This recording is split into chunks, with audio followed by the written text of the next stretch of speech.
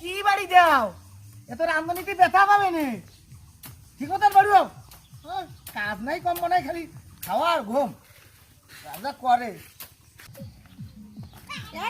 বান্ধবী কেমন আছিস? অনেকদিন পর তোর সাথে দেখা হলো। তা তুমি কি করিস? আমি কিছু করি না, আমি ঘর সংসারের কাজ বাজ করি। এর পরিবারের লোকেরা কিছু চায় না যে আমি বাইরে কাজ বাজ করি। তুই একটা সুশিক্ষা শিক্ষিত মেয়ে এমএ পাস, তুই এই ধরনের কাজ তোর মানায় নাকি? তুই এখন চাকরি বাকরি করে, আমি তো জানি যে তুই চাকরি বাকরি করিস। তুই কি চাস নিয়ে খোলা আকাশের তলে থাকবো, স্বাধীনভাবে চলবো? পুরুষ যদি একটা টাকা কামাই করে, আমি কেন পারবো না আমরা নারী হয়ে একটা টাকা কামাই করতে? তোর কি কোনো ইচ্ছে নাই? তোর স্বামীকে তুই বুঝে বলতে পারিস না এটা দেশের উন্নতি, ছেলে মেয়ে সুশিক্ষা স্বীকৃতি করবো আমরা, আমি চাকরি বাকরি করিয়া? কিন্তু সে তো চায় না।